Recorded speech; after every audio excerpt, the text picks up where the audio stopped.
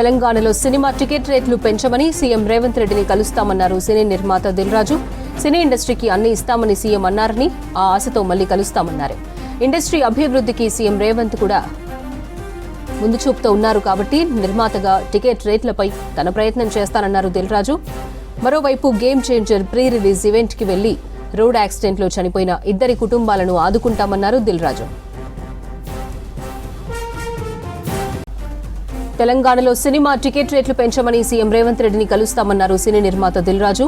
సినీ ఇండస్ట్రీకి అన్ని ఇస్తామని సీఎం అన్నారని, ఆ ఆశతో మళ్లీ కలుస్తామన్నారు. ఇండస్ట్రీ అభివృద్ధికి సీఎం రేవంత్ కూడా ముందు చూపుతూ ఉన్నారు కాబట్టి నిర్మాతగా టికెట్ రేట్లపై తన ప్రయత్నం చేస్తానన్నారు దిల్ రాజు. మరోవైపు game changer pre release event కి వెళ్లి రోడ్ యాక్సిడెంట్లో చనిపోయిన 2 కుటుంబాలను ఆదుకుంటామన్నారు దిల్ రాజు.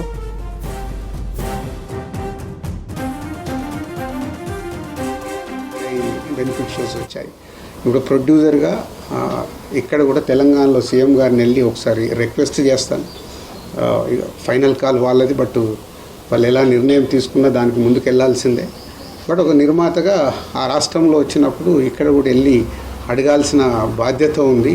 సో సినిమాకైనా డెఫినెట్గా సినిమా ఇండస్ట్రీకి సీఎం గారు అన్ని రకాలుగా సపోర్ట్గా ఉంటా అన్నారు. పోతే అన్ని జాగ్రత్తగా ఉండమని చెప్తున్నారు.